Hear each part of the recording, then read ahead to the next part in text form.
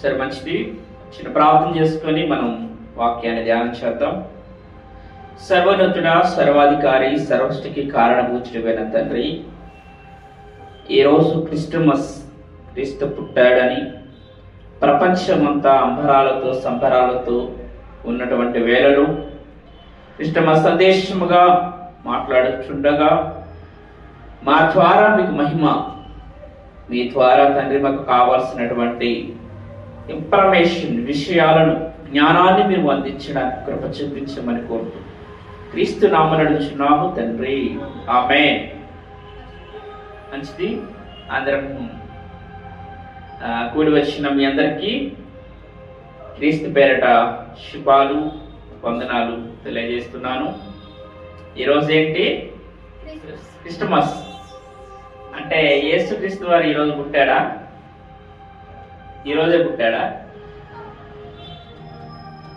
ఇప్పుడే పుట్టాడా? జోయల్ బ్రదర్ ఎప్పుడు పుట్టాడు? ఎప్పుడో 2000 సంవత్సరాల క్రితం పుట్టాడు. అంటే ఎందుకు అసలు ఆయన బర్త్డే చేసుకోవాలి? ఈరోజు మన ఇష్టానుసారంగా మనం ప్రవర్తించడానికా, లేదు అంటే అసలు మనం నడిపిస్తున్నది ఏంటి భూమి మీద? ఎవరి ఇష్టానుసారంగా వారు వెళితే ఇంకా వాక్యం ఎందుకు, ప్రసంగాలు ఎందుకు, అసలు ఇంకా ఇవన్నీ ఎందుకు? ఇంకా ఈరోజు కొందరైనా యేసు వైపు ఖచ్చితంగా తిరగాలన్నదే దేవుని యొక్క ప్రణాళిక, దేవుని యొక్క ఉద్దేశం. అంతేనా పవన్ బ్రదర్? ఈరోజు ఎవరి ఇష్టానుసారంగా వెళితే ఇంకా ఈ వాక్యాలు ఎందుకు? కొంతమంది నా ఇష్టం అంటారు, నాకు నచ్చినట్టు నేను ఉంటానంటారు. మరి అలాంటప్పుడు ఇంక ఇదెందుకు? ఇంకా ఈరోజు ప్రతి పండగ దేవునికి దండగైపోతుంది. కాబట్టి వాక్యానుసారమైనటువంటి జీవితాన్ని బట్టి మనం కొద్ది వారమైనా సరే వాక్యాన్ని బట్టి నడవడానికి దేవుడు ఇష్టపడుతున్నాడు. ఈరోజు వస్త్రధారణ, వేషధారణ క్రైస్తవునికి పనిచేయదు. వేషధారణ ఈరోజు చాలా మంది కూడా ఈ పండగ దినాలలో ఆచరించేటువంటి ఆచార వ్యవహారాలు వాక్యానికి విరుద్ధమైనటువంటి పరిస్థితిలో ఉన్నాయి. ఇంకా మన జీవితాలలో మార్పు రాకపోతే ఇంకెప్పుడు మారతాం? ఇంకెప్పుడు చెప్తాం? అందుకనే మీకు ఒక విషయం చెప్తున్నాను, జాగ్రత్తగా ఆలోచించండి. ఇక్కడ కొరింథీయులకు రాసినటువంటి 2వ పత్రిక 7వ అధ్యాయము 1వ వచనములో లేదంటే 5వ వచనాన్ని మనం చూస్తే, కొరింథీయులకు రాసిన 2వ పత్రిక 7వ అధ్యాయము 5వ వచనంలో, మేము మాసిదోనియాకు వచ్చినప్పుడును మా శరీరము ఏమాత్రమును విశ్రాంతి పొందలేదు. ఎటు పోయినను మాకు శ్రమయే కలిగెను.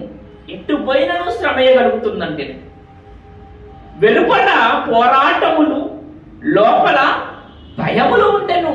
ఎవరు మాట్లాడుతున్నారు ఈ పదం? పౌలు గారు మాట్లాడుతున్నాడు. అంటే వారి యొక్క శరీరం ఏమాత్రము విశ్రాంతి తీసుకోలేదు. మరి వాళ్ళు చేశారా? ఈరోజు మనం ఆలోచిస్తే ఎట్టుపోయినను వారికి ఏమొచ్చింది అంటే శ్రమ వచ్చింది. ఎందుకు శ్రమ రావాలి? ఎందుకు వాళ్ళకి వెలుపట పోరాటాలు, లోపల భయములు ఉన్నవి? ఎందుకు? ఈరోజు మనం ఆలోచిస్తే నేడు క్రైస్తవుల యొక్క స్థితిగతులు నిజంగా సిగ్గుపడవలసినటువంటి పరిస్థితులు ఏర్పడ్డాయి. క్రైస్తవ జీవితాలు రోజు రోజుకి వాక్య విరుద్ధమైనటువంటి పనుల్లో కొందరు నిమగ్నమైపోయి నా ఇష్టానుసారమైనటువంటి జీవితాన్ని నేను గడుపుతాను అనుకుంటున్నారు. కానీ నిజం చెప్తున్నాను, మనం నడవవలసినది వాక్యానుసారమైన బ్రతుకుని. అందుకే చాలా సంఘాలలో అసలు ఈరోజు యేసు పుట్టడం మీద నాకు అర్థం కాదు. ఈరోజు యేసు పుట్టడం ఏంటి? పోనీ డిసెంబర్ 25న పుట్టాడు. మరి పుట్టినటువంటి క్రీస్తు నీలో పుట్టాడా? నీలో పుడితే నీ ప్రవర్తన మారిందా? నీ స్థితి మారిందా?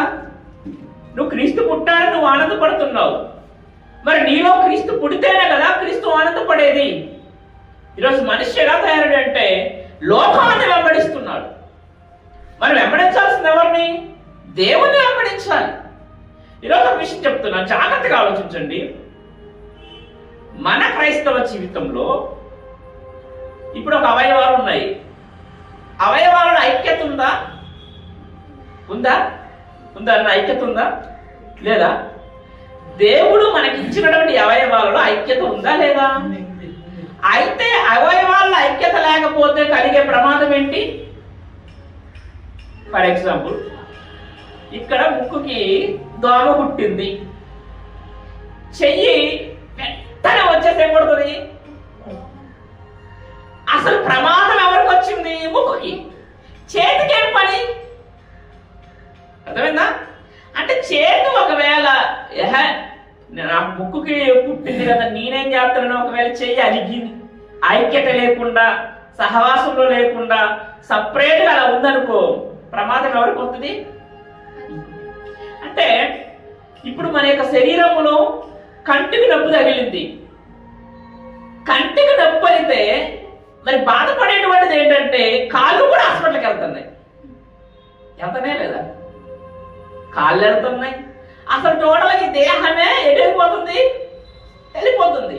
అంటే మన అవయవాలకి ఐక్యత ఉంది. ఐక్యత లేకపోతే ఎలా ఉంటుంది? చాలా ప్రమాదం ఉంటుంది. అందుకనే ఇది ఎలాగే ఉంచి 1 కొరింథీయులు 12వ అధ్యాయం తీయండి. చాలా అద్భుతంగా రాశాడు దేవుడు. 1 కొరింథీయులకు రాసినటువంటి పత్రిక 12వ అధ్యాయం చూడండి, 20-21 కలుస్తున్నాయి. కన్ను చేతితో నీవు నాకు అక్కర్లేదని చెప్పచాలదు. చెప్తుందా? చెప్పదు. అలాగే తల పాదములతో మీరు నాకు అక్కర్లేదని చెప్పచాలదు. ఎందుకు చెప్పదు? అలా చెప్పితే ప్రమాదం భయంకరంగా ఉంటుంది. ప్రమాదం భయంకరంగా ఉంటుంది. మన శరీరంలో దేవుడు ఒక్కొక్క అవయవాలకి ఐక్యత పెట్టాడు. కుళ్ళు పెట్ల, కుతంత్రం పెట్ల, ఇవన్నీ కూడా ఒకదానికి ఒకటి ఏమైపోయాయంటే ఐక్యంగా కలిగి ముందుకెళ్ళిపోతున్నాయి. ఆడ పాముంది, పాము ప్రమాదం అని వెంటనే కళ్ళు చూసి పాదాలు చెప్తే పాదాలు పరిగెత్తుతున్నాయి. ఆ పామును చంపాలని చేతికి చెప్తే చేతి వెళ్ళి ఏం చేస్తుంది? దాన్ని. అంటే మన దేహంలో అవయవాలకు ఐక్యత లేకపోతే ఎంత ప్రమాదం ఉంటుంది? నీకు దెబ్బ తగిలిందా, నేనెందుకైనా కాళ్ళు ఇంట్లో కూర్చున్నాయి అనుకో, నీకేమైంది? ఏమైంది? నీకు దెబ్బ తగిలిందా, నా చేతితో నేనెందుకు రాయాలి ఆయింట్మెంట్ అని చేతి అనుకుందనుకో, ఏమైంది? ఏమైంది? జ్వరం వచ్చింది, కడుపు నొప్పి వచ్చింది, స్టమక్ పెయిన్ ఇక్కడ వచ్చింది, లేదా హెడేక్ వచ్చింది, ఇంజక్షన్ అక్కడ వేస్తారు. నీకు తలపోటు అయితే నాకు అక్కడ ఎందుకు ఇంజక్షన్ వేయాలి? నేనెందుకు నొప్పి భరించాలి అని ఒకవేళ ఈ చెయ్యి ఇక్కడ ఏదైనా అనుకుందనుకో, పరిస్థితి ఏంటి? అవునా కదా? అంటే అవయవాలకు ఏమున్నాయి? ఐక్యత ఉంది. ఈరోజు మనుషులకు లేదు, మనుషులకు ఐక్యత లేదు. అందుకే ఇక్కడ చూడండి ఎంత బాగా మాట్లాడుతాడు, ఎంత బాగా మాట్లాడుతాడు చూడండి 25వ వచనంలో. అయితే శరీరములో వివాదము లేక, శరీరంలో వివాదం ఉందా? శరీరంలో వివాదం లేదు. అలాగే అవయములు ఒకదానికొకటి ఏకముగా పరామర్శించులాగునా, ఏకముగా ఏమైపోతున్నాయట? పరామర్శించులాగునా పరామర్శిస్తున్నాయట ఏకముగా. వివాదం ఉన్నాయా శరీరంలో? లేదు. 26వ వచనం చూడండి. ఒక అవయవం శ్రమ పడినప్పుడు అవయములన్నీ దానితో కూడా ఏమైతున్నాయట? శ్రమ పడుతున్నాయట. అందుకనే నీకు తలకాయ నొప్పి వచ్చిందంటే నీ బాడీ మొత్తం హాస్పిటల్కి వెళ్తుంది. తలకాయ నొప్పి వచ్చినప్పుడు ఇదంతా కూడా ఏమైపోతుంది? శ్రమ పడుతుంది. ఒక చూడండి, అందుకే శ్రమ పడినప్పుడు అవయవాలన్నీ దానితో కూడా శ్రమ పడును. ఈరోజు అవయవాలకు ఏముంది? ఐక్యత ఉంది. కానీ మనుషులకు ఐక్యత లేదు. విచ్చలవిడి జీవితానికి అలవాటు పడ్డాడు మనిషి. ఒక అన్నకి ఇంకొక అన్నకి పడట్లేదు. ఈరోజు ఇంట్లో ఒక తల్లికి కూతుర్లకు పడట్లేదు. ఒక సంఘంలో, సమాజంలో కులాలని, ప్రాంతాలని ఇలా భయంకరమైన పరిస్థితుల్లోకి వెళ్ళిపోయినటువంటి మానవాళిని ఐక్యపరచడానికే యేసుక్రీస్తు వారు వచ్చాడు ఈ లోకానికి. దేవుని స్తోత్రం. ఒక జంతువులకు ఐక్యత ఉంది, ఒక పక్షులకు ఐక్యత ఉంది. దేవుడు నమ్మినటువంటి ప్రజలకు ఐక్యత లేదు. ఈరోజు అందుకనే చల్లాచెదురైనటువంటి మానవాళిని అవయవాలకు కూడా ఐక్యత ఉంటాయి. ఎంత ఉన్నతమైన మేలు జరుగుతుంది అంటే గొప్పగా మేలు జరుగుతుంది. ఇప్పుడు అసలు ఐక్యత లేనిది ఎవరికి అంటే ఒక మనుషులకే. కాబట్టి ఈ మనుషులందరినీ ఏకము చేసి ఈ మనుషులందరినీ కూడా ఒక తాటికి తీసుకొచ్చి నేనే మార్గం, ఈ రూట్ లో మీరు నడవండి. నీ కులం పెద్దదా, నీ కులం తక్కువ, నువ్వు ధనవంతుడువా, నువ్వు దరిద్రుడువా, ఎవరిమైనా సరే నువ్వు ఈ రూట్ లోకి రావాలని యేసుక్రీస్తు వారు భూమి మీదకి వచ్చాడు. అదే క్రీస్తు ఈ లోకంలో పుట్టాడు, జన్మించాడు. ఆ జన్మించినటువంటి ఆయన ప్రపంచ మానవాళి అందరినీ కూడా ఏకతాటికి తీసుకురావడానికి ఆయన చేసిన ప్రయత్నం చాలా గొప్పది. ఆయన ఉంటున్నాడు ఈరోజు మనిషి. నేనే మార్గము, నేనే సత్యము, నేనే శివము, నా ద్వారా తప్ప నేను నిత్య శివానికి ఎవరు రారన్న యేసు మాట ఈరోజు ఒక సంఘంలోనే 10 మనసులు, 10 భావలు. దీని గురించి చెప్పండి అని చెప్తే అందులో అది ఉంది, ఇందులో ఇది ఉంది. ఇంకెందుకు నీకు బైబుల్ గురించే సక్రమంగా తెలియదు. నీకు అందులో ఉన్నది ఎందుకు? క్రీస్తు గురించి తెలియాలి అంటే ఇప్పుడు ఎవరు చెప్పాలి? క్రీస్తే చెప్పాలి. వాడు ఏం రాస్తాడో తన గ్రంథంలో ఉన్నది నీకు అవసరం లేదు. నీ గ్రంథంలో ఉన్న క్రీస్తుని చెప్పు, మారిపోతుంది. ఈరోజు అక్కడ ఉంది, ఇక్కడ ఉంది. ప్రపంచమంతా యేసు కొరకు ఎదురు చూస్తుంది. Not only Indians, world wide గా ప్రపంచం అంతా కూడా క్రీస్తు రాకడ కొరకు ఎదురు చూస్తుంది. ఒక ఇండియాను, ఒక చిన్న రాష్ట్రంలో, ఒక చిన్న ఇది కాదు ఆయన యొక్క స్టైల్, ఆయన లైఫ్ స్టైల్ ఇది కాదు.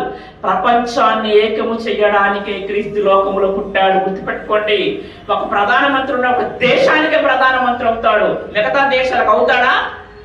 ప్రపంచానికే ఒక రాజుగా ఉన్నటువంటి వ్యక్తి ప్రపంచంలోనే ఎవరు అంటే ఆయన యేసుక్రీస్తు వారు. ఈ సత్యం చెప్పడానికి, అందరూ ఏకతాటిగా రావడానికి రమ్మంటే నాకు డబ్బు ఉంది, నేను బట్టలు కొనుక్కున్నా, నాకు డబ్బు ఉంది, నేను బంగారం కొనుక్కున్నా, వచ్చేస్తున్నాయి. ఏమొచ్చేస్తున్నాయి? పేదాభిప్రాయం వస్తున్నాయి. ఈరోజు మనిషి యొక్క ఆలోచన విధానాలు మారిపోతున్నాయి. ఐక్యత లేదు, సమానత్వం లేదు. డబ్బున్నవాడు ఒకలాగుంటున్నాడు, ఉత్సాహం ఉన్న వాళ్ళు ఒకలాగుంటున్నారు, అధికారం ఉన్న వాళ్ళు ఒకలాగుంటున్నారు, నాయకుడు ఒకలాగుంటున్నాడు, బీదవాడు బీదవాడిగా మారిపోతున్నాడు. సమానత్వం లేని, ఐక్యత లేని ప్రజలను నీతి కలిగినటువంటి రాజు పరిపాలించాలన్నదే యేసు యొక్క ఉద్దేశం. అయితే ఆ క్రీస్తు పరిపాలన ఎక్కడ పుట్టాడు అంటే ఆయన అతి దీన పరిస్థితిలోకి పుట్టాడు. ఆయన ఎలా పుట్టాడట? ఆయన తలుచుకుంటే ఎక్కడో పుట్టచ్చు. నాకు అన్న చెప్పాడు వాక్యం, ఆయన తలుచుకుంటే ఎక్కడో పుట్టచ్చు. కానీ ఆయన ఎక్కడ పుట్టాడు? వాడు బీదరికములో పుట్టాడు. కారణం ఎందుకు? 8వ అధ్యాయం 9వ వచనం, 2 కొరింథీయులకు రాసిన పత్రిక 8వ అధ్యాయం 9వ వచనంలో రాయబడిన మాట మీరు ఆలోచిస్తే నిజంగా ఒక అద్భుతాన్ని మాట్లాడుతున్నాడు. మీరు మన ప్రభు అయిన యేసుక్రీస్తు కృపను ఎరుగుదురు కదా, తెలుసు కదా. ఆయన కృప ఏంటి, ఆయన మనస్తత్వం ఏంటి, ఆయన ఉద్దేశం ఏంటి, ఆయన విధానం ఏంటి? ఆయన ధనవంతుడై ఉండి, ఆయన ఎవరటంటే ధనవంతుడు. ఎలాంటి ధనవంతుడు? ప్రపంచములో ఆయన మాట ద్వారా కలిగినది సమస్తము ఆయన లేకుండా కలగలేదు. కలిగిన ఏది ఆయన లేకుండా కలగలేదు. ఈ లోకంలో ఉన్నటువంటి సంపద అంతా ఏ రాజు దగ్గర ఉందో, ఏ దేశం దగ్గర సంపద ఉందో అవన్నీ ఒక్క నోటి మాట ద్వారా వచ్చింది. ఆ ఒక్క నోటి మాట ఇంత సంపద అయినప్పుడు అసలు ఆయనంత గొప్పవాడు, అని చాలా ధనవంతుడు. కానీ ఏమయ్యాడంట? ధనవంతుడై ఉండి మీరు తన దారిద్ర్యము వలన ఏమైపోవాలట? ధనవంతులుగా మారాలని దరిద్రుడాయన. ఎవరి నిమిత్తము? మన నిమిత్తం. మనం వెళ్ళగలం అట్లా? మనం ఉండగలం అట్లా? అసలు ఎట్లా? ఇప్పుడు ఆయన దారిద్ర్యము వలన మనం ధనవంతులు అనమాట. తన దారిద్ర్యము వలన మనం ఏమైపోవాలట? ధనవంతులం అవ్వాలి. పిల్లలు ఉన్నారు, పిల్లలు గొప్ప స్థానంలో ఉండాలంటే తల్లిదండ్రులు ఏమైపోతున్నారు? కొందరు భాగ్య పని చేస్తున్నారు, కొందరు హోటల్లో అంట్లు తవ్వుతున్నారు, కొందరు అనేక ప్రాంతాలు ఏమైపోతున్నారు? వాళ్ళు బట్టలు చూసినప్పుడు మాసిపోతున్నాయి మెకానిక్స్ గా. అంటే వీళ్ళు ఎంత దరిద్రమైన స్థితిలో ఉన్నా కానీ వాళ్ళ పిల్లలు ఎలా ఉండాలి? గొప్ప స్థానంలో ఉండాలి. అంటే వీళ్ళ దారిద్రము వలన పిల్లలకి ఏమొస్తుంది? పిల్లలు ఎలా మారిపోతున్నారు? ధనవంతులుగా మారిపోతున్నారు. అంటే నీకు సుఖం రావాలి అంటే ఆల్రెడీ ఒకరు ఏమైపోవాలి? శ్రమ పడాలి. ఇప్పుడు యేసుక్రీస్తు వారు కూడా తను అతి పేదరికంలో పడు దరిద్రంలో ఎందుకు పుట్టాడు అంటే అక్కడ నుండి మిమ్మల్ని ధనవంతులు చేయాలి, అక్కడ నుండి మిమ్మల్ని గొప్ప స్థానంలో ఉంచాలి, అక్కడ నుండి గ్రౌండ్ లెవెల్ ఏంటో, గ్రౌండ్ రియాలిటీ ఏంటో ఆయనకి తెలియాలి అంటే ముందు ఎక్కడ పుట్టాలి? ఆయన అక్కడ నుండి ప్రారంభం ఇవ్వాలి, అక్కడ నుండి మొదలు పెట్టాడు ఆయన. ఈరోజు యేసుక్రీస్తు వారే అలాంటి తగ్గింపు స్వభావంతో ఉన్నప్పుడు నేడు మనిషి దేవుని యొక్క వాక్యాన్ని ఎరిగినటువంటి ప్రతి మనిషి కూడా ఎటు వెళ్ళిపోవాలి? క్రీస్తు అడుగుజాడల్లో ఉండాలా? కానీ ఇక్కడ పౌలు ఏమంటున్నాడు? మానని వేదనలు నాకు కనబడుతున్నాయి, మానని వేదనలు. ఎటు పోయినను మాకు ఏం కనబడుతున్నాయట? శ్రమ కలుగుతుంది. వెలుపల పోరాటములు, లోపల భయములను ఉండను. ఇదే క్రిస్టమస్ నిజమైన వాక్యం చెబితే ఉంటారా? అట్టగాదు ఇట్టగాదు అది గుర్తుపెట్టుకోండి. మీ వెంట ఎవరు ఉన్నారా ఎవరు లేరా అనేది పక్కన పెట్టేసేయండి. మనం నిజంగా క్రీస్తులో ఉన్నామా లేదా? ఈరోజు మనం నిజంగా క్రీస్తులో బ్రతుకుతున్నామా లేదా అన్నదే చాలా ప్రాముఖ్యం. అందుకనే కొరింథీయులకు రాసిన పత్రిక 2వ పత్రిక 7వ అధ్యాయం 1వ వచనంలో, ప్రియులారా మనకు ఈ వాగ్దానములు ఉన్నవి. వాగ్దానాలు చాలా ఉన్నాయి. యేసు లోకములో పుడతాడని, వస్తాడని, మనం ఎలా బ్రతకాలి, బ్రతికినటువంటి మనం ఎలా జీవించాలో అనేకమైనటువంటి వాగ్దానాలు ఉన్నాయి. కనుక మనం ఎలా బ్రతకాలంటే దేవుని భయముతోనూ పరిశుద్ధతను సంపూర్తి చేసుకొనుచు ఎలా ఉండాలి? వాగ్దానాలు ఉన్నాయి, దేవుని యొక్క వాక్యం ఉంది. అప్పుడు మనకి ఎలా ఉండాలి? దేవుని భయముతో పరిశుద్ధతను సంపూర్తి చేసుకొనుచు శరీరమునకు ఆత్మకును కలిగిన సమస్త కల్మషం నుండి మనలను పవిత్రులుగా చేసుకుంటాము. చూడండి, వాగ్దానాలు చాలా ఉన్నాయి. వాగ్దానాలు ఉన్నప్పుడు వ్యక్తులతో ఏం పని? వాగ్దానాలు ఉన్నప్పుడు మనుషుల యొక్క ఆలోచనతో ఏం పని? మనిషి ఎటు సంద దొరుకుతాడు పోతాడు, మనిషి ఎటు వీలుంటాడు మాట్లాడతాడు. అసలు మనిషి మాట ఎందుకు మనకి? బ్రదరు, మరి ఇలా సిస్టరు, నువ్వు చెప్తున్నావు కరెక్ట్, నిజంగా అది వాక్యంలో ఉందా లేదా? నీ నోటికి వచ్చింది మాట్లాడుతున్నావా?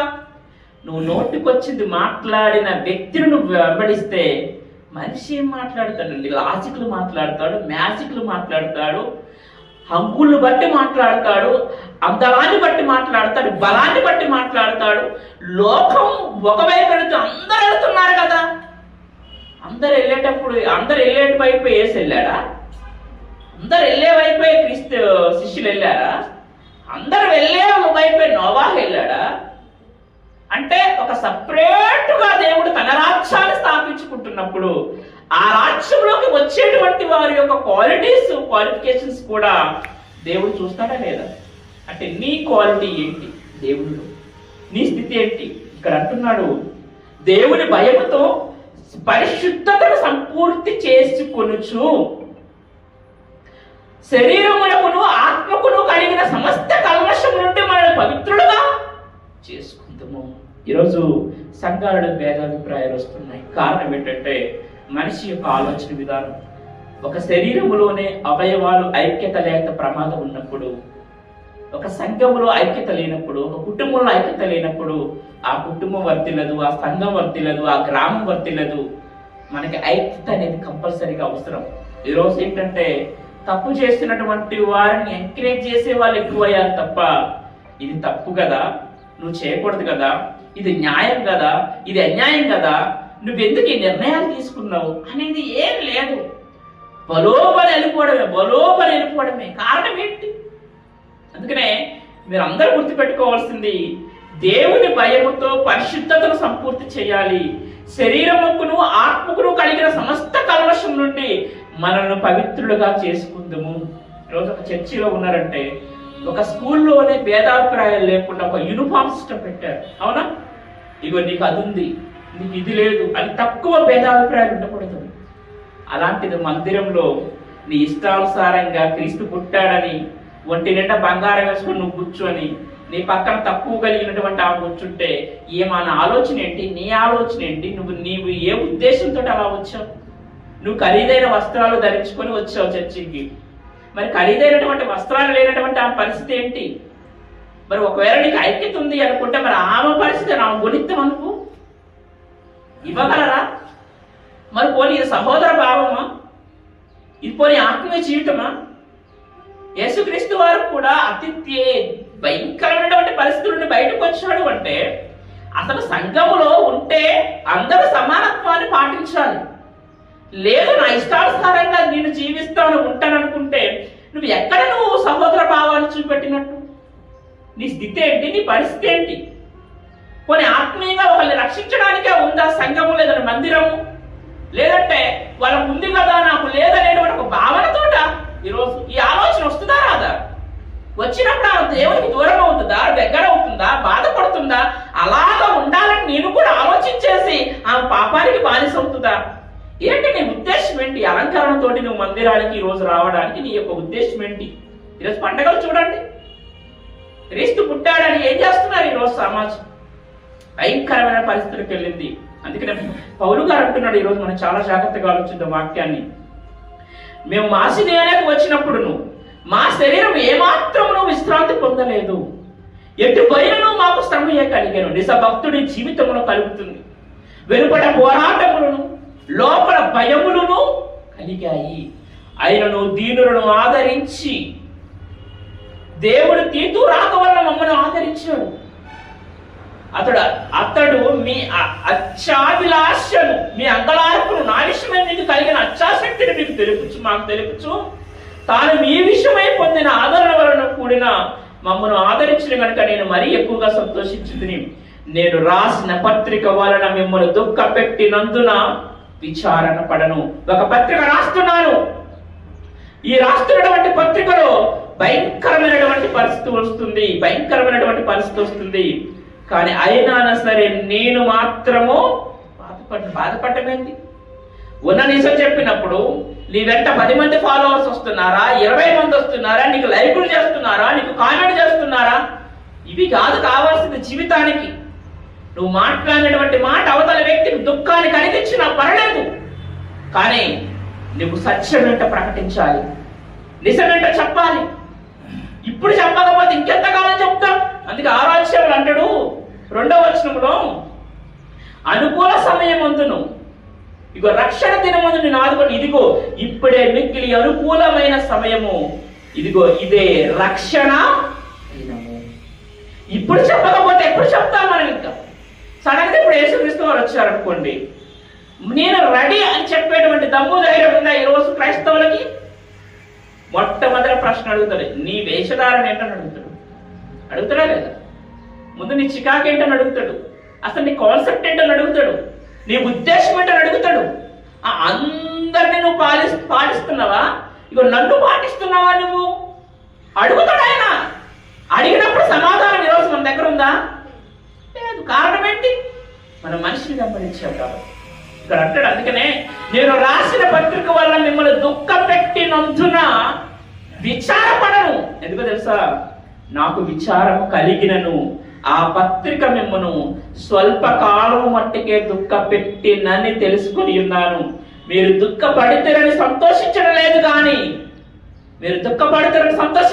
కానీ మీరు దుఃఖపడి మారు మనసు పొందుతారని ఇప్పుడు సంతోషించుచున్నాను. దేవుని స్తోత్రం. మీకు నా మాటల వల్ల దుఃఖం వచ్చిందని నాకు సంతోషం లేదు, కానీ మీరు దుఃఖపడినను మారు మనసు పొందారు కదా, నేను సంతోషపడుతున్నాను. మారు మనసు పొందారంటే క్రీస్తు నీలో పుట్టాడు కాబట్టి నేనేమవుతున్నాను? ఇప్పుడు సంతోషపడుతున్నాను. నేను మాట్లాడిన కఠినమైన మాటలు నీకు దుఃఖాన్ని కలిగించవచ్చేమో, కానీ అది స్వల్పకాలం మట్టుకే గుర్తుపెట్టుకో. కానీ ఆ దుఃఖము వలన నువ్వు మారు మనసు పొందితే మాత్రము నేను సంతోషిస్తున్నాను. ఒక క్రైస్తవుడు ఇది ఆలోచించాడు. ఒక క్రైస్తవుడు నిజంగా ఇది ఎప్పుడైతే ఆలోచిస్తాడో నువ్వు వాక్యాన్ని ఉన్నది ఉన్నట్టు నువ్వు చెప్పగలవు, వాక్యాన్ని ఉన్నది ఉన్నట్టు పాటించగలవు. ఈరోజు కొన్ని సంఘాలు క్రిస్టమస్ విషయంలో చాలా దూరంగా ఉంటున్నాయి. ఎందుకో తెలుసా? ఎందుకు? ఏముంది ఈరోజు? గొప్పతనం? నిన్న లేడా క్రీస్తు నీలో? మొన్న లేడా? నీలో పుట్టలేదా?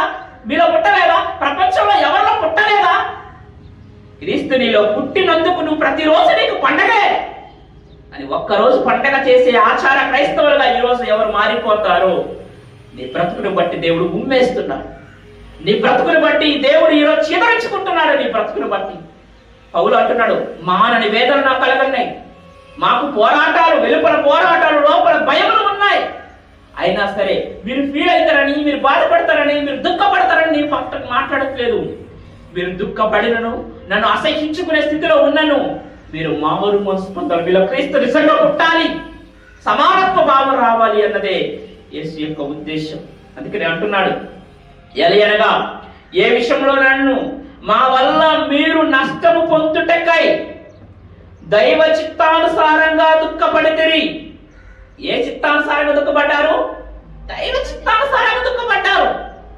ఈరోజు కొన్ని సంఘాలు కఠినంగా మాట్లాడవాడు. ఎందుకు మాట్లాడడం? వాళ్ళు రారని.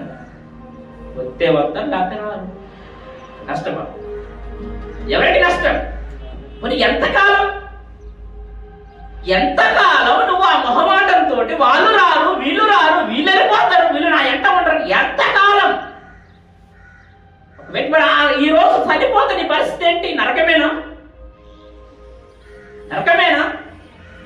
ఈరోజు పండగ క్రైస్తవుల్ని ఎవ్వరు బుద్ధి చెప్పట్లేదు. ఈరోజు పండగ క్రైస్తవులు ఒక్కొక్కరోజు వస్తే నువ్వు భక్తుడివా, భక్తురాలివా? ఏమన్నా నీ పరిస్థితి ఏంటి? నీ జీవితం ఏంటి? నీ జీవితం ఏంటి? ప్రతిరోజు కూడా క్రీస్తుని కలిగినందుకు ఒక క్రైస్తవుడు కష్టపడాలి, పండగ చేసుకోవాలి. మీరు ఎల్లప్పుడూ ప్రభునందు ఆనందించుడి అంటున్నాడు ఆయన. ఆనందం క్రీస్తులో కలిగి ఉన్నందుకు ఆనందపడును. నీ పాపము నుండి, శాపము నుండి, నీ యొక్క దుఃఖము నుండి, నీకున్న రోగాల నుండి, నీకున్న బాధల నుండి దేవుడు నాకు దూరం చేశాడు, నాకు ఏ బాధ లేదు అని నువ్వు ధైర్యంగా పండగ చేసుకోవాల్సిన సమయంలో నువ్వు చేస్తున్నది ఏంటి? నీ పరిస్థితి ఏంటి? క్రీస్తు పేరు చెప్పి 10 మందికి భోజనాలు పెట్టి రక్షణకరమైన సువార్త అనేక మారుమూల ప్రాంతాల్లో నీ కుటుంబనుడు ప్రకటిస్తే దేవుడు నిన్ను బట్టి ఆనందపడతాడు, దేవుడు నిన్ను బట్టి సంతోషిస్తాడు. రక్షణ సువార్తమైనటువంటి అవును ఈరోజు క్రిస్మస్ వచ్చింది. ఎందుకు వచ్చిందో తెలుసా? క్రీస్తు గురించి 4 మాటలు చెప్పి నిన్ను కనపరుచుకోవడానికి నువ్వు కాదు చూడాల్సింది. బయలుదేరి వెళ్ళు. నీ కుటుంబం తరపున ఎవరైతే తాగుబోతులు ఉన్నారో, ఎవరైతే బూతులు ఆడుతున్నారో, ఎవరైతే భయంకరమైన పరిస్థితుల్లో ఉన్నారో, భయంకరమైన శాపములు, రక్షణ లేకుండా చచ్చిపోయేటువంటి ప్రమాదకరమైన పరిస్థితుల్లో ఉన్నారో, నడువు. ఈరోజు నువ్వు సెలవు కదా, ఈరోజు నడువు. క్రీస్తు నీ కొరకు పుట్టాడని చెప్పు, మాట చెప్పు. నమ్మని వారికి చెప్పు, నమ్మిన వారికి చెప్పు. క్రీస్తు ఎలా పుట్టాడు, ఎందుకు పుట్టాడు, ఎందుకు చనిపోతున్నాడో నువ్వు మాట్లాడు. నీ మాటల వల్ల వాళ్ళకి దుఃఖం కలగొచ్చేమో, అది స్వల్పకాలమే. కానీ నీ మాటల వల్ల వాళ్ళు మారు మనసు పొందితే మాత్రము నిజంగా ఆ మారు మనసును బట్టి నువ్వు క్రీస్తును ఆ వ్యక్తిలో పుట్టించినటువంటి వ్యక్తి అవుతావు. ఎంతకాలం ఈరోజు? ఆనాడు అపోస్తలుడు బోధించినటువంటి బోధకులకు మాత్రం ఏనాడు కూడా మొహమాటం లేనటువంటి బోధనలు చేశారు. నిన్ను పాల్గొవాల్సినటువంటి అవసరం ఎవరికి లేదు భూమి మీద. ఒక మనిషిని చూసి నడవవలసినటువంటి అవసరం లేదు ఈరోజు క్రైస్తవుడిగా. నువ్వు చెప్పవలసింది క్రీస్తును నడుమని చెప్పాలి. వాక్యాన్ని బట్టి నడవాలి అని నువ్వు ఒక మాట, ఒక సందేశాన్ని చెప్పాలి. అందుకని అంటున్నాడు, దైవ చిత్తానుసారంగా దుఃఖపడితిరి. దైవ చిత్తానుసారమైన దుఃఖము రక్షణార్థమైన మారు మనసును కలగచేయును. క్రీస్తు నీలో పుడతాడు. దైవ చిత్తానుసారమైనటువంటి దుఃఖము రక్షణార్థమైన మారు మనసును కలగజేస్తుంది. రక్షణార్థమైనటువంటి మారు మనసును కలగజేస్తుంది. ఏం కావాలండి ఈరోజు? మనకి ఏం కావాలి అంటే క్రీస్తు నీలో పుడితే క్రీస్తు నిన్ను పరలోక రాజ్యంలో కూర్చోబెడతాడు. దైవ చిత్తానుసారమైన దుఃఖము. ఏ దుఃఖం కలగాలి నీకు? దైవ చిత్తానుసారమైన దుఃఖం కలగాలి. నువ్వు డైరెక్ట్గా నువ్వు తప్పు చేస్తాను అంటే ఎవడు వింటాడా? వాక్యాన్ని చూపెట్టి మాట్లాడు, సైలెంట్ అయిపోతుంది. అది దైవ చిత్తానుసారమైన దుఃఖము. అబ్బో వాక్యం వచ్చింది కాబట్టి ఎవరు మాట్లాడలేరు. ఇంకా వాక్యం ఇలా చెబుతుంది కాబట్టి ఎవరు కూడా కదలలేరు, మెదలలేరు. కాబట్టి దైవ చిత్తానుసారమైన దుఃఖము రక్షణార్థమైన మారు మనసును కలగచేయను. ఈ మారు మనసు దుఃఖమును పుట్టించదు. ఈ మారు మనసు ఎప్పటికీ దుఃఖాన్ని పుట్టించదు. క్రీస్తు నీలో పుడితే ఈ మారు మనసు, ఈ క్రీస్తు పుట్టినటువంటి నీ మనస్సు, నీలో ఉండేటువంటి ఆ మనస్సు ఎప్పటికీ కూడా నీకు మా దుఃఖమును పుట్టించదు. అంటే నరకము నుండి తప్పించబడి నిత్య జీవం అనేటువంటి ఆ నిత్య జీవంలోనికి తీసుకెళ్తుంది. ఎప్పటికీ దుఃఖం కలిగించినటువంటి దుఃఖాన్ని నుండి తప్పించడానికి ఈరోజు నువ్వు దైవ చిత్తానుసారమైనటువంటి మాటలు మాట్లాడాలి. అయితే లోక సంబంధమైన దుఃఖము మరణమును కలుగ చేయును. ఈ లోక సంబంధమైన దుఃఖము ఏం చేస్తుందట? మరణము, రెండో నరకమైనటువంటి అగ్నిగుండంలోకి పడేస్తుంది. రెండో మరణమైనటువంటి అగ్నిగుండంలోనికి పడేస్తుంది. కానీ దైవ చిత్తానుసారమైనటువంటి మనస్సు, మారు మనస్సు మాత్రము నిన్ను దుఃఖము పుట్టించదు. కానీ ఈరోజు మనకు చెప్పేటువంటి మాటలు అవతల వ్యక్తిని పాపాన్ని తీసివేటట్టుగా ఉండి క్రీస్తును మనం పుట్టిస్తున్నామా? లేదంటే మనకి తెలిసిన విడివిడి జ్ఞానంతో లోకం అంటే వెళ్తుంది, నేను కూడా ఇంకే పోతా, అందరూ ఒక మార్గం అయితే నీదేం రూటు. నీ పక్కన ఒక్కరు లేకపోయినా పర్లేదు, గుర్తుపెట్టుకోండి. కానీ నీ ద్వారా క్రీస్తు దుఃఖపడకూడదు. నీ ద్వారా ఒక వ్యక్తికి రాంగ్ ఇన్ఫర్మేషన్ వెళ్ళి వాళ్ళు కూడా ఇదే బాటలో వెళ్ళేటువంటి ప్రయత్నాలు చేయకూడదు. రానున్న దినాలు ఏమైందో తెలుసా? ఈ పంటగలు ఇవేం చెయ్యరు ఇంకెవరు. ఎందుకంటే అప్డేట్ అయిపోతున్నారు ఉన్నారు, అందరు కూడా అప్డేట్ అయిపోతున్నారు. క్రైస్తవుడేంటి ప్రతిరోజు పండగే కదా, క్రైస్తవుడేంటి నిత్యము జీవించడమే కదా, క్రీస్తులో నిత్యము ఆనందమే కదా, సర్వ ఆనందం కదా. రానున్న దినాలు గుర్తుపెట్టుకోండి, పండగలు పబ్బాలు ఏముండవు ఇంకా. ఎందుకు అంటే అప్డేట్ అవుతున్నారు, సత్యం అర్థమైపోతుంది, వాక్యం విజృంభించబడుతుంది. ఇక మీ విడివిడి జ్ఞానానికి పులి స్టాప్ పడే రోజులు వచ్చేసాయి. మీరు అనుకుంటున్నటువంటి స్థితి వేరు, దేవుడు అనుకుంటున్న విధానం వేరు. వారు ప్రతిరోజు శ్రమ పడ్డారు పౌలు వాళ్ళు, కానీ లోపల మాత్రం వాళ్ళకి ఏముందంటే ఆనందం ఉంది, ఆనందం ఉంది. మీ లోక సంబంధమైన దుఃఖము మరణమది. కానీ నువ్వు కఠినంగా మాట్లాడు, క్రీస్తును ప్రకటించు. క్రీస్తు వారి హృదయంలో పుడితే వారి జీవితాలు చాలా అద్భుతంగా ఉంటాయి. అందుకంటున్నాడు చూడండి 12వ వచనంలో, మీరు దేవుని చిత్త ప్రకారం పొందిన ఈ దుఃఖము జాగ్రత్తను, దోష నివారణకైన ప్రతివాదమును, ఆగ్రహమును, భయమును, అభిలాషను, ఆసక్తిని, ప్రతిదండను మీలో పుట్టించిన చూడుడి. ఇలా చెప్తున్నప్పుడు ఏమంటుంది? భయం వస్తుంది, అభిలాష, ఆసక్తి, ఆగ్రహం వస్తా ఉంటుంది జనాలకి, ప్రతివాదము, వాదన వస్తూ ఉంటది. ఎట్టి నివారణ చేస్తుంది. కానీ ఆ కార్యముల గురించి సమస్త విషయంలోనూ మీరు నిర్దోషులై ఉన్నారని ఏమనుకోవాలి? మనము రుజువుపరచుకోవాలి. దేవుని స్తోత్రం. ఒకవేళ జనాలకి మీకు భయం పుట్టచ్చు, జనాలకు కూడా ఆగ్రహం పుట్టచ్చేమో, కానీ మీరు మారు మనసు పొందడానికి తాత్కాలికమైనటువంటి దుఃఖాన్ని మీ మాటల వల్ల వాళ్ళకి కలిగించినను, ఒకవేళ మీరు ఈ కార్యాల వల్ల అవతల వ్యక్తి మీరు దేశించుకోవచ్చు, అవతల వ్యక్తి మీతో వాదనకి దిగొచ్చు, అవతల వ్యక్తి మిమ్మల్ని భయాన్ని పుట్టించవచ్చు, లేదంటే మీకు ఒక ఆసక్తి ఉంటుంది, చెప్తున్నప్పుడు ఆసక్తి ఉంటుంది, దానివల్ల వచ్చే శ్రమలు ఉంటాయి, చాలా మంది మిమ్మల్ని అసహించుకోవచ్చు. కానీ ఒకటే గుర్తుపెట్టుకోండి, ఆ కార్యముల గురించి సమస్త విషయంలో మీరు నిర్దోషులై ఉన్నారని మీరు రుజుపరచుకోండి. ఎందుకు? 10 మంది వీడు వేస్ట్, ఇతను భయంకరమే అనుకోలేయండి. ఏం కాదు. అనుకున్న వాళ్ళు జీవితాంతం ఉండరు, అనుకున్న వాళ్ళు మనకు అన్నం పెట్టరు. వాళ్ళు అనుకుంటే ఏమైంది? కానీ దేవుడు అంటున్నాడు మీరు నిర్దోషులై ఉన్నారని రుజుపరచుకున్నాడు. ఈరోజు చాలా విచిత్రమైనటువంటి సంఘటనలు జరుగుతూ ఉంటాయి సమాజంలో. ముందు మన స్థితి బాగోదు, క్రైస్తవ స్థితే బాగాలే, క్రైస్తవ స్థితే బాగాలేదు. బాగుందా? మనమే సక్రమంగా లేరు, పైగా మనం వాళ్ళని అనడం వల్ల అవసరం. ముందు మనం మారితే ఆటోమేటిక్ వాళ్ళు మీ ప్రవర్తన బట్టి మారుతారు, అంతే. ప్రపంచం ఎదురు చూస్తుంది క్రీస్తు పుట్టుక గురించి. నాట్ ఓన్లీ ఇండియన్స్, ప్రపంచం ఎదురు ఆయన లోకానికి ఎవరట? రక్షకుడు ఆయన, రాసు ఆయన. ఈ చిన్ని చిన్ని చిన్ని దేశాలు కాదు ఎదురు చూస్తుంది, ప్రపంచమే. మేధావులే, రాజులే, జ్ఞానులే, చక్రవర్తులే. ఎదురు చూసినటువంటి క్రీస్తు ఈ లోకంలో పుట్టాడు. కారణం ఏంటంటే మారు మనసును పొందడానికి. మారు మనసు అంటే క్రీస్తు నీలో పుట్టించేటువంటి స్థితి నీలో పుట్టాలి. తాత్కాలికమైనటువంటి దుఃఖము చేత నువ్వు బాధపడినా పర్లేదు. ఒకవేళ చాలా మంది కూడా నిన్ను భయంకరమైన వ్యతిరేకత భావంతో రావచ్చు, కానీ మీరు నిర్దోషులై ఉన్నారనేటువంటి సంఘటన మీరు గుర్తుపెట్టుకోండి అంటున్నాడు. ఇకనే చూడండి 6వ అధ్యాయంలో 2 కొరింథీ 6వ అధ్యాయంలో అంటున్నాడు, ఇదే రక్షణ దినము. 3వ వచనంలో, మా పరిచర్య నిందింపబడకుండు నిమిత్తము ఏ విషయంలో నేను అభ్యంతరమేమి కలగచేయక శ్రమల యందును, ఇబ్బందుల యందును, ఇరుకుల యందును, దెబ్బల యందును, శరసాలలోను, అర్లలలోను, ప్రయాసములలోను, జాగారములలోను, ఉపవాసములలోను మిగిల ఓర్పు గల భారమై ఉన్నాము. ఇదండి నిజమైన క్రిస్మస్ అంటే.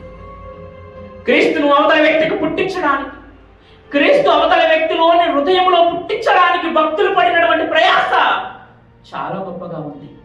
పండగ చేసుకుంటున్నాను ఈరోజు. నేను ఎప్పుడు ప్రతిరోజు పండగ చేసుకుంటాను. నేను ఇప్పటి వరకు దాదాపు 10 సంవత్సరాలు నేను షాపింగ్ చేయలే క్రిస్మస్కి. నేను పండగ చేసుకుంటున్నాను. క్రీస్తు నాలో ఉన్నాడు. ఆయన వాక్యమైన నీతి కలిగినటువంటి వస్త్రాలు ధరించుకున్నాను నేను ఈరోజు. నేను చాలా మంది బట్టలు లేవని ఎడుతున్నారు, బట్టలు లేవని బాధపడుతున్నారు, బట్టలు లేవని కంగారు పడిపోతున్నారు. బట్టలు బట్టలు బట్టలు షాపింగ్ మీద గంటలు గంటలు.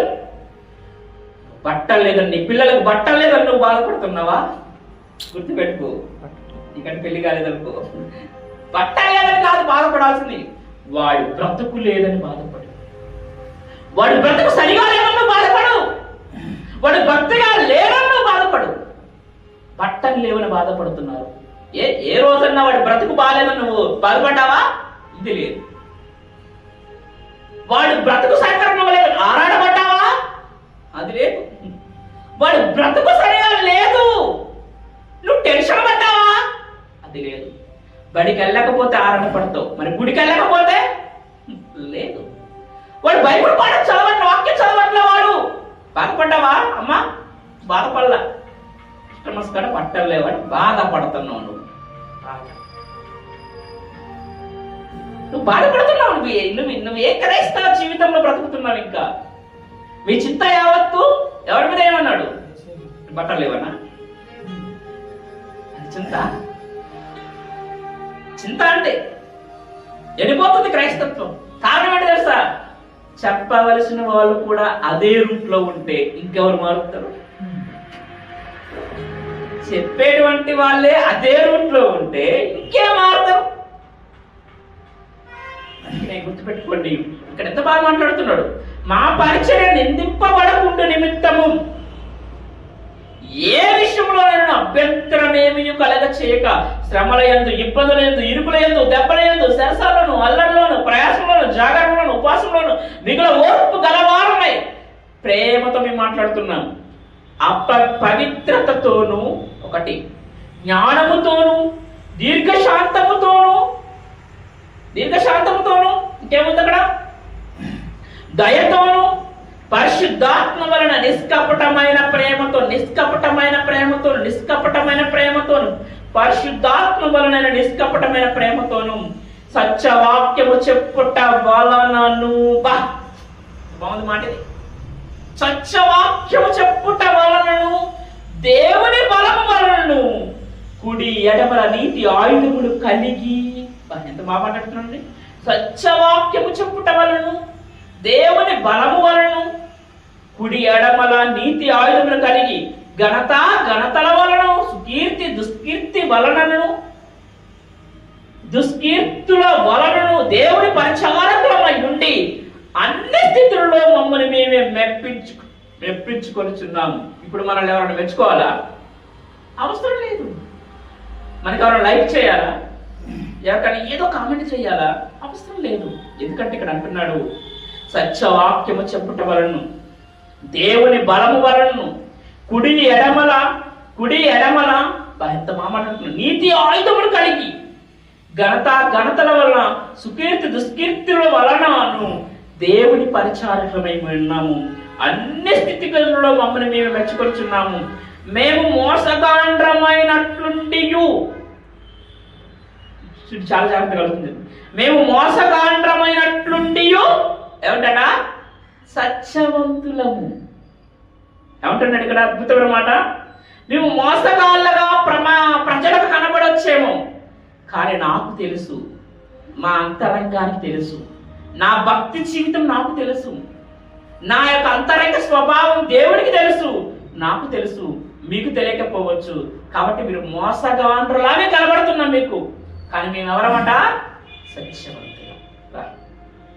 తెలియబడని వారమైనట్లుండి బాగుగా తెలియబడిన వారము. మీకు తెలియకపోవచ్చాము, మేము ఎవరు గుర్తింపు లేకపోవచ్చాము భూమి మీద, కానీ మేము అందరికీ తెలియబడిన వారు, బాగుగా తెలిసినటువంటి వారం మేము. ఎంత మాట అంటే చనిపోవు చున్న వారమైనట్లు ఉండి ఇదిగో బ్రతుకుచుండు వారము, బ్రతుకుచున్న వారం మేము. ఏమంటున్నాడు ఇక్కడ? మీ దృష్టిలో చచ్చిపోతున్నాం, వీడు చచ్చిపోయాడురా, వీడి వేస్ట్లో అనుకోవచ్చు మీరు అందరూ, కానీ మేము ఏంటట బ్రతికి ఉండు వారము, బ్రతికిచున్న వారము, శిక్షింపబడిన వారమైనట్లుండి చంపబడిన వారము, దుఃఖపడిన వారమైనట్లుండి ఎల్లప్పుడూ సంతోషిస్తున్నాము, దరిద్రులమైనట్లుండి అనేకులకు ఐశ్వర్యం కలిగించు వారము. అనేకులకు దరిద్రులమైనట్లుండి అనేకులకు ఐశ్వర్యము కలిగించువారం. యేసుక్రీస్తు వారు కూడా దరిద్రుడుగా ఉన్నాడు, పుట్టాడు, కానీ అనేకులను ఏం చేస్తున్నాడట? ధనవంతులు చేస్తున్నాడు. మరి ఆయన బాటలో ఉన్నటువంటి శిష్యులు కూడా, అపోస్తలుడైన పౌలు కూడా ఏమంటున్నారు? దరిద్రులమైనట్టున్నాం, కానీ ఎలా ఉన్నాడట వాళ్ళు ఈ లోకంలో? దరిద్రులైనట్టు. అమ్మో, క్రీస్తు పుట్టినరోజు కదా ఇది, ఏం చేయాలి? కానీ దరిద్రులమై ఉన్నాం అంటున్నాడు. దరిద్రులమై ఉన్నాము, కానీ అనేకులను కూడా ఏం చేస్తున్నాడట? ఐశ్వర్యవంతులుగా చేస్తున్నాడు క్రీస్తులో. దరిద్రులమై ఉన్నాడట. యేసు బాటలో వీళ్ళున్నారు, వీళ్ళు చెప్పినటువంటి వాక్యాల ప్రకారం ఈరోజు మనం ఉండాలి. మనం ఉంటున్నామా? లేదు. ఐక్యత లేదు, ఈరోజు ప్రేమ లేదు, సమాధానం లేదు, ఒకళ్ళంటే ఒకరికి ఈర్ష స్వభావం. తప్పు చేసినప్పుడు తప్పు చేసిన వారికి సపోర్టర్స్ ఎక్కువైపోయారు. ఈరోజు నీతి ఏదో న్యాయం మీద అర్థం కావట్లేదు. అసలు యేసుక్రీస్తు వారు పుట్టి ఏం నేర్పించాడు? ఆయనని పాటించకుండా ఆయన సెలబ్రేషన్ చేసుకుంటున్న వారిగా ఉంటున్నాం. ఆయన బాధ పెడుతూ ఆయనలో ఉంటున్నటువంటి వారిగా మన బ్రతుకులు ఉంటున్నాయి. కానీ ఇది చాలా పొరపాటు, చాలా ప్రమాదకరం. ఈరోజు చూడండి, ధనవంతులైనటువంటి దరిద్రులమైనటువంటి అనేకులను ఐశ్వర్యము కలిగించేటువంటి స్థితిలో ఉన్నారు. లేని వారమైనట్లుండి సమస్తమును కలిగిన వారు. ఒక క్రైస్తవుడు బ్రతికిలా ఉంటుంది. అందుకనే నీ దృష్టికి మోసగాలుగా కనపడొచ్చేమో, కానీ మీరు కాదు కదా నాకు పరలోకం ఇచ్చేది, మీరు కాదు కదా నాకు ఐశ్వర్యం ఇచ్చేది, మీరు కాదు కదా రక్షణ ఇచ్చేది. ఎందుకంటే నిజ క్రైస్తవుడు లోకానికి మోసగాడు లాగానే కనపడతాడు. క్రీస్తు కూడా ఎలా కనపడ్డాడు లోకంలో? ఆయన కూడా భయంకరమైనటువంటి స్థితిలో కనపడ్డాడు. కానీ ఆయన స్థితి ఏంటో, ఆయన పరిస్థితి ఏంటో సమాజంలో ఎవరికి కూడా తెలియకపోవచ్చు. అందుకనే ఇక్కడ ఏమంటున్నాడంటే, నిజం చూడండి, మోసగాడులా కనపడవచ్చు, కానీ మేము సత్యవంతులు, మా అంతరంగ స్వభావం తెలుసు. ఈరోజు మాకు ఏమీ లేకపోవచ్చు, కానీ సమస్తము కలిగిన వారు. ఈరోజు దుఃఖపడిన వారం అవుతుంది, దుఃఖం వస్తుంది మాకు. క్రీస్తు ఇలా చెప్పాడు అని చెబితే ఊసేటువంటి వాళ్ళు ఎక్కువైపోయారు, నమ్మట్లా, పాటించట్లా. నోవా కాలంలో ఎంతమంది చచ్చిపోయారండి? అందరు విన్నారా? లోతు కాలంలో విన్నారా? అంటే లోకాన్ని బట్టి మనం నడవాలా, లేదంటే లేఖనాలను బట్టి మనం నడవాలా? లేఖనాలను బట్టి. ఇంక కొద్దిసేపు నైట్ అయితే సలపడిపోద్దా క్రిస్మస్? సలపడి ఇంకా మళ్ళీ ఎప్పుడు కోసం? ఇది ఏంటి? ఇది ఏమనుకుంటున్నారు క్రైస్తవులు? మీరు ఏమనుకుంటున్నారు? నాకు అర్థం కాదు. కాన్సెప్ట్ ఏంటి అసలు? మీ ఉద్దేశాలు ఏంటి? దేవుడు ఏం చెప్తున్నాడు? నేడే రక్షణ దినమంటున్నాడు.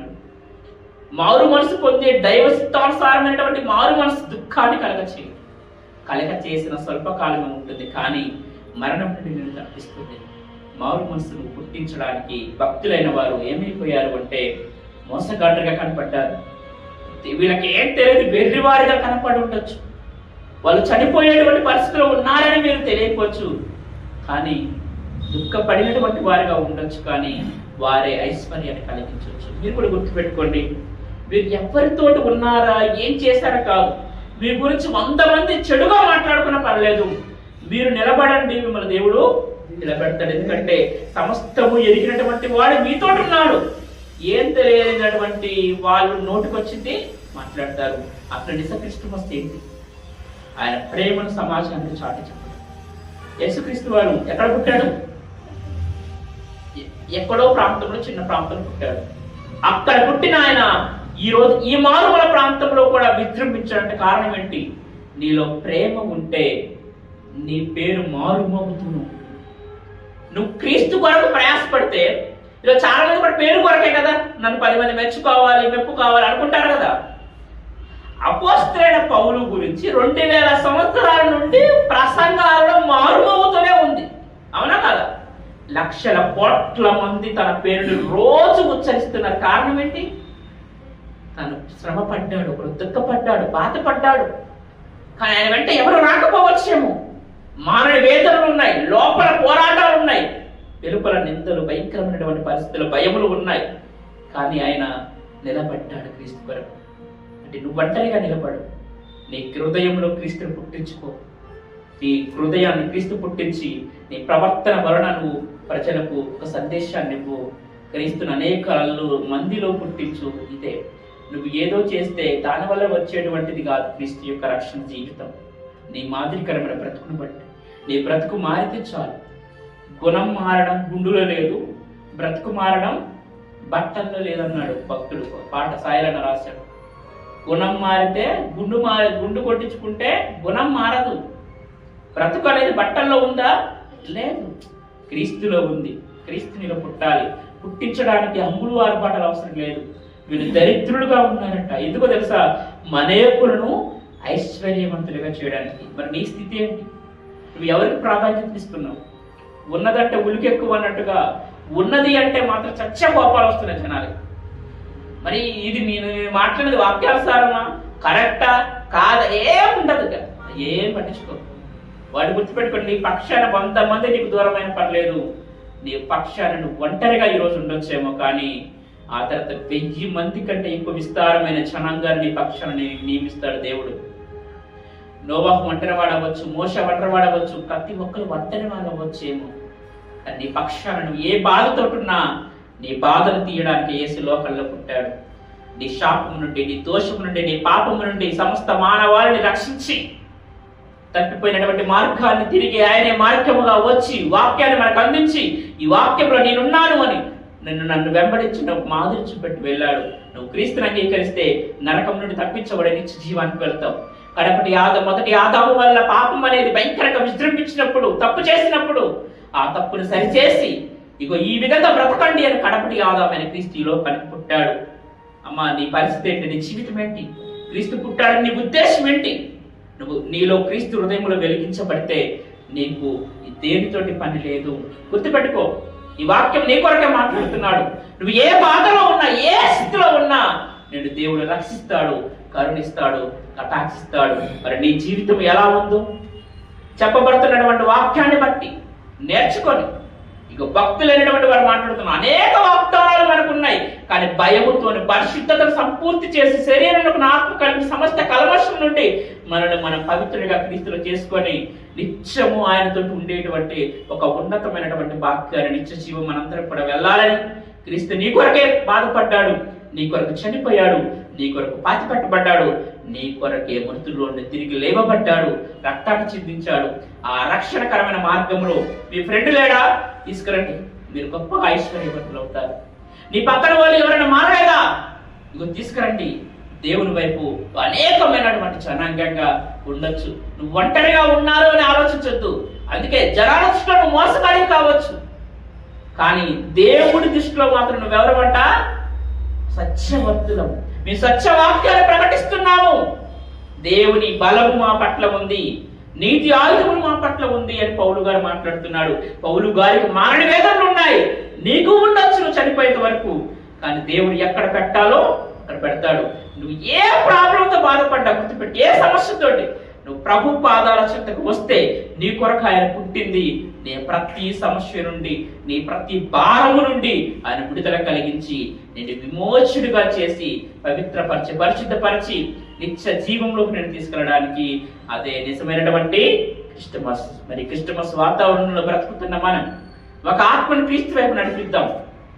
ఒకవేళ ఈ మాటల వల్ల బాధపడితే బాధపడండి, ఏం కాదు. ఎందుకంటే ఆ బాధ స్వల్పకాలమే అన్నాడు పౌలు.